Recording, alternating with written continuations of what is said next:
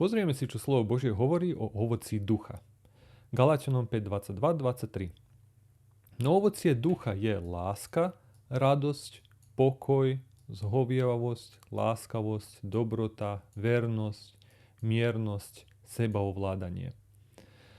Takže vidíme, že ovocie ducha je všetko toto dobré. To je ovocie Ducha Svätého. A čo to znamená? To znamená, že niekto, kto je plný Ducha Svätého, v ktorom prebýva Duch Svätý, a tá osoba jednoducho je plná Ducha Svätého, druhými slovami nezarmucuje Ducha Svätého, tak bude mať tieto ovocia. Takže v tej osobe sa bude vidieť, že je plná lásky. Bude sa vidieť tá radosť, Božia radosť, Boží ten pokoj, tá zhovievavosť, láskavosť, dobrota, vernosť, miernosť, sebaovládanie. Ak niekto má tieto vlastnosti, tak pravdepodobne je to z Ducha Svätého, ale pozrieme si aj to, že to úplne ani neznamená, že z Ducha Svätého. Lebo my ako ľudia, my môžeme sa pozrieť na toto a pozriem, ja aj nemám pokoj napríklad. Nemám pokoj. Tak čo urobím? Budem sa usilovať svojou silou vyprodukovať ten pokoj, lebo vidím, že tu píše, že ho mám mať. A to je vlastne zle. Lebo ten pokoj bude produkovaný mojím telom. O tom si povieme neskôršie viacej. Tak najprv, keď pozrieme sa v lásky, to je 1. Korinťanom 13, od 4. po 6. verš, hovorí o tomto takú definíciu. Hovorí, že láska je trpezlivá, láska je dobrotivá, nezávidí, láska sa nevystatuje a nenadúva, nespráva sa neslušne, nehľadá svoj prospech, nerozčuľuje sa, nepočíta krivdy, neraduje sa z neprávosti, ale raduje sa z pravdy. Všetko znáša, všetko verí, všetko dúfa a všetko vydrží. Takže toto je taká definícia tej opravdovej lásky. Slovo Božie nám aj hovorí v Korinťanom, že láska Božia je vyliata Duchom Svätým do nášho srdca. Takže vec je v tom, že toto je tá láska, ktorá pochádza od Boha a ona ide s Duchom Svätým cez nás a má nakoniec byť ako to ovocie. Teda túto lásku nemôžeš produkovať telom. Prečo nemôžeš telom produkovať? Pretože láska je napríklad trpezlivá. My keď sme v tele, my nie sme trpezliví. Láska je dobrotivá. Aj my, keď sa pozrieme na naše telo, ono nie je dobrotivé. Láska nezávidí. Naše telo chce závidieť. Keď vidí, že niekto má niečo lepšie, tak i hneď naše telo chce závidieť. Nevystatuje sa, nenadúva, nespráva sa neslušne, nehľadá svoj prospech. Naše telo vždy hľadá len svoj prospech, aby jemu bolo lepšie. Nerozčuľuje sa, nepočíta krivdy a tak ďalej. Podľa tela telo počíta krivdy, aj nechce zabudnúť, aj chce vrátiť istou mierou. Takže vidíme, že usilovať sa mať lásku z tela, ako vyprodukovať ju svojim telom, svojou silou, to nebude to. Ono sa často končí potom ako pokrytectvo. Pretože ja musím ukázať, že mám lásku, tak ja musím sa usilovať to tak ukázať, ako viem, že láska má vyzerať, ale to nie je vo mne. A to je to, čo voláme pokrytectvo. Takže to, čo chceme, je nie svojim telom produkovať lásku, alebo urobiť, aby vyzeralo, že má lásku, lebo z tela je to ani nemožné, ale čo chceme? Chceme byť plný Ducha Svätého, z ktorého pochádza tá láska a my potom dovoliť našou slobodnou voľou, dovoliť si, aby tá láska vychádzala z nás. Teda na ten spôsob donesieme ovocie. Potom radosť hovorí, radujte sa v Pánovi vždycky. A zase len poviem, radujte sa. Čo by som tu dal? Vždycky. Kedykoľvek. Vždy sa radujte. Táto radosť, táto Božia radosť pochádza len z Ducha Svätého. Zase radujte sa v ten deň a plesajte. Ktorý deň? Lebo hľa vaša odplata je mnohá v nebi, lebo zrovna tak robievali ich otcovia prorokom. Tu hovorí o prenasledovaní. Hovorí, že radujte sa v ten deň, keď budete prenasledovaní. Plesajte. Prečo? lebo vaša odplata je mnohá v nebi. Takže zase je toto sféra, duchovná sféra, nie podľa tela, lebo telo sa nebude radovať, keď bude prenasledované, ale z Ducha Svätého môžeme prežívať tú radosť, lebo naša odplata v nebi je mnohá. Teda, že vieme, čo sa stáva. Posle, že čokoľvek sa stalo, my máme odplatu v nebi, aj ideme vlastne k Pánovi, ak by sa stalo to najhoršie. Takže ale nakoľko máte účasť na utrpeniach Kristových, radujte sa. Na čom účasť? Na utrpeniach Kristových. Radujte sa. Zase, ak by toto bolo podľa tela, tak radovať je nemožné. Nemožné je radovať sa v utrpeniach Kristových, ale ak tá radosť pochádza z Ducha Svätého, potom áno. Potom sa môže radovať aj v nepriaznivých situáciách. Napríklad môžeme si pripomenúť aj Pavel aj Silas, keď boli v žaláre. Napríklad sa vidí, že oni mali pokoj aj radosť z Ducha Svätého. Pretože oni tam v žalári spievajú, aj keď sa také zlej situácii, sa v žalári.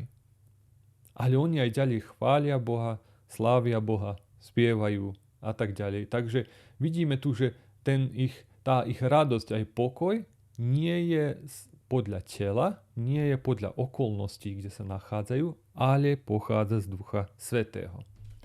Ďalej pokoj. Milosť vám a pokoj od Boha, nášho Otca a od Pána Ježiša Krista. Čo si tu môžeš všimnúť? Pokoj od Boha. Takže tento pokoj pochádza od Boha. Alebo lepšie možno takto. Pokoj je od Boha. Tu ďalej hovorí pokoj Boží. Zase, pokoj Boží. Nech víťazí vo vašich srdciach, ku ktorému ste povolaní v jednom tele a buďte vďační. Takže zase, pokoj Boží. Nie pokoj z tela. Pokoj Boží. Podobne tu pokoj Boží, ktorý prevyšuje, čo? Každý rozum. Bude strážiť vaše srdcia a vaše mysle v Kristu Ježišovi. Takže vidíme, že tu hovorí o inom pokoji. Je to ešte aj v Evanjeliu, kde Pán Ježiš povedal, že nám dáva pokoj, ktorý jednoducho len ten Boží pokoj, nie ten, ktorý svet dáva, ale on nám dáva ten, ktorý prevyšuje každý rozum. Takže vidíme, že je to od Boha, je to z Ducha Svätého. A toto je to zase, čo telo nemôže napodobniť. Ani tú radosť, ani lásku, ani radosť, ani pokoj, ani nič z toho. Môže sa pousilovať, aby to vyzeralo tak. Ja môžem, keď mám nepokoj, sa pousilovať, ukázať, alebo sa predstavovať, že mám pokoj. Ale ak vnútri nemám pokoj, tak som pokrytec. Ja sa pretváram. A tu hovorí o tom opravdovom pokoji, ktorý pochádza od Boha. Toto je ten pokoj Boží. Takže tento pokoj taktiež môže byť len z Ducha Svätého. Vec je v tom, že my ľudia, keď prečítame tam Galatianom o ovocí ducha, keď pozrieme napríklad, že má mať radosť, má mať pokoj a jednoducho si neuvedomíme, že o čo ide, že to sú tie ovocia, ktoré majú byť z Ducha Svätého. Často ľudia sa to pozerajú a hľadia, lásku mám, možno mám. Pokoj nemám, musím robiť na tom. Musím sa disciplinovať. Musím jednoducho dať úsilia do toho, aby som mal pokoj. To nefunguje tak.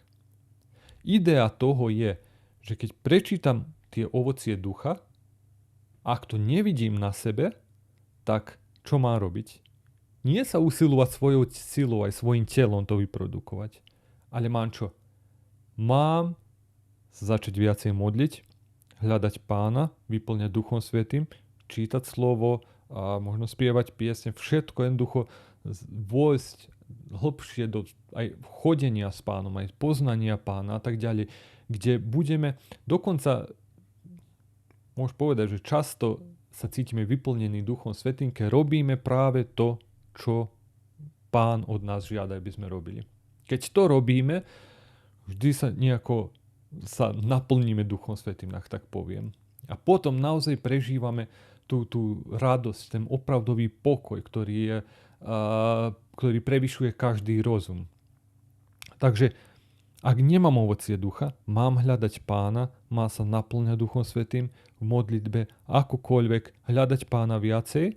Potom, keď som plný Ducha Svätého, svojou voľou dovoliť, aby Duchom Svätým jednoducho sa donášali tie ovocia.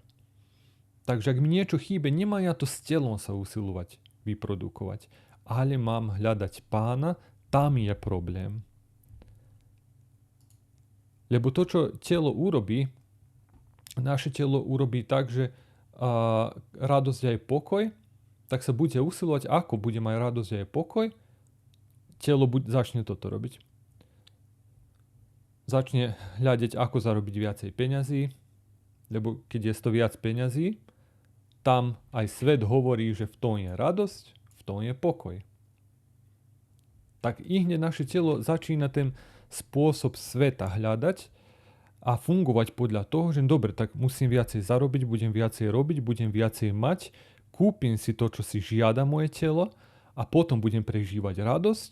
Aj keď mám peniaze, tak nebudem sa trápiť, či budem mať dosť za následovné mesiace a tak ďalej.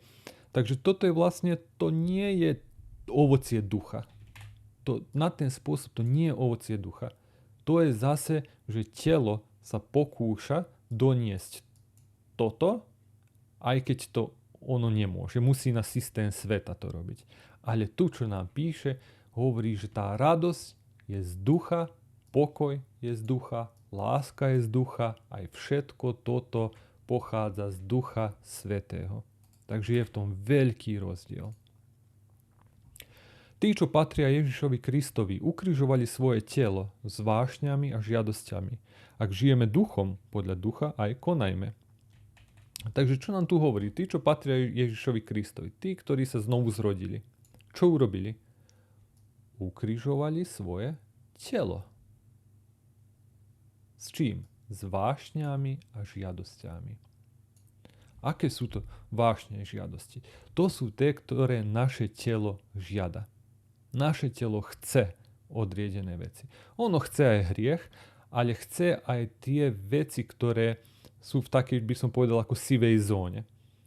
Chce luxus, chce prepich, chce sa cítiť najmúdrejšie, cítiť sa hlavný, dôležitý a tomu podobné. Najlepšie vyzerať, najlepšie toto. To je všetko, čo naše telo chce. To sú tie vášne aj žiadosti, ktoré nie sú časťou Božieho kráľovstva. Tak hovorí, že tí, čo patria Ježišovi Kristovi, ukrižovali svoje telo s vášňami a žiadosťami. Že to viacej neexistuje. My sme zomreli tomu, sme urobili pokánie. A potom hovorí, ak žijeme duchom, podľa ducha aj konajme. Konajme podľa Ducha Svätého. Ak žijeme podľa Ducha Svätého, máme ducho aj konať. Teda žijeme duchom, podľa ducha aj konajte. Zostaňte vo mňa, ja vo vás. Ako letorast nemôže niesť ovocie sám od seba, keby nezostal na viniči, tak ani vy, keby ste nezostali vo mne. Ja som vinič, vy ste letorasti, kto zostáva vo mňa, ja v ňom, ten nesie mnoho ovocia, lebo bezo mňa nemôžete nič robiť. Takže tu je taká veľká pravda, čo Pán Ježiš povedal, že ako sa majú veci, ako toto funguje. Hovoríš, že zostaňte vo mne a ja vo vás. A ako letoraz nemôže niesť ovocie sám od seba, keby nezostal na viniči, tak ani vy. Takže hovorí je vinič a letoraz je napojená na vinič. A hovorí, ak nie je napojená, nemôže doniesť žiadne ovocie. Ale keď je letoraz napojená na vinič, môže z viniču dostávať všetko, čo je potrebné do letorasti a môže doniesť to ovocie. Ale ak nie je napojené, vieme, čo sa stane. Sa osuší. Takže nemôže doniesť ovocie. A tak hovorí aj Pán Ježiš, prirovnáva toto tomu, že ak my, alebo ja som v tomto prípade letorast, Pán Ježiš je vinný kmeň. Ak ja nie som napojený na neho, ja nemôžem doniesť ovocie. To je to, o čom my vlastne aj hovoríme. My hovoríme, že keď prečítame tie ovocie ducha a pozrieme, chýbe mi toto, nemám toto ovocie, tak to čo znamená? To znamená, že letorast nie je napojená na vinič. Ja nie som napojený na Pána, na Ducha Svätého. To je to, čo znamená. A keď sa napojím na Pána, na Ducha Svätého, sa vyplňam Duchom Svätým, vtedy tá zmena vo mne sa stáva vnútri, aj letoraz zrazu donáša tie ovocie ducha. Takže Pán Ježiš jasne hovorí, ani vy, keby ste nezostali vo mne, čo? Nemôžeme doniesť ovocie. Potom on hovorí, ja som vinič, vy ste letorasti. Tu nám hovorí jasne, ako to prirovnáva. Kto zostáva vo mne a ja v ňom, ten čo? Nesie mnoho ovocia.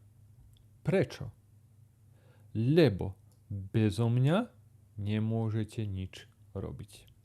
Takže Pán Ježiš tu jasne hovorí, že bez neho my nemôžeme nič robiť. Teraz to neznamená, že nemôžeme jesť, nemôžeme piť, nemôžeme spať, nemôžeme robiť prácu a tak ďalej. Nie je to. V tele my môžeme ďalej robiť všetko. Ale nemôžeme robiť v tele pre Božie kráľovstvo. Pre Neho. Niečo, čo by On videl ako ovocie. Za to nám je potrebný Pán a musíme byť napojení na Neho. A to je vlastne Duchom Svätým. Takže skrátka o to ide. Ovocie Ducha Svätého. Nie, že my prečítame Galatianom a povieme, chýba mi toto, budem sa usilovať doniesť to svojim telom. Nie. Keď vidíme, že chýbe, že toto nemám, to znamená, že nie som napojený na Boha. Nie som napojený na Ducha Svätého. Ja môžem mať dar cudzích jazykov a tomu podobné. Ale nie je vo mne tá plnosť Ducha Svätého. Nenaplňal sa Duchom Svätým. Duch Svätý je možno zarmútený mojím telom, lebo som mu príliš dovolil. Takže tu je vec, že ak nedonášam tieto ovocie ducha, tak riešenie je hľadať Pána. Približovať sa k nemu, naplňať sa Duchom Svätým a potom donesieme ovocie ducha.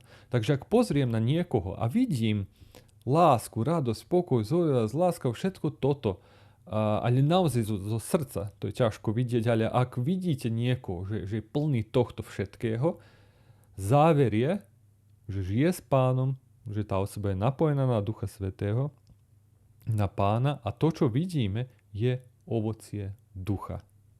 A zase, ak by niekto takto podobne vyzeral, často my to ľudia nemôžeme vidieť, ale nie z Ducha Svätého, tak tu je veľký problém. To znamená, že je pokrytec. Že v srdci nemyslí to, čo hovorí, aj v srdci sa necíti tak, ako čo sa predstavuje, že je.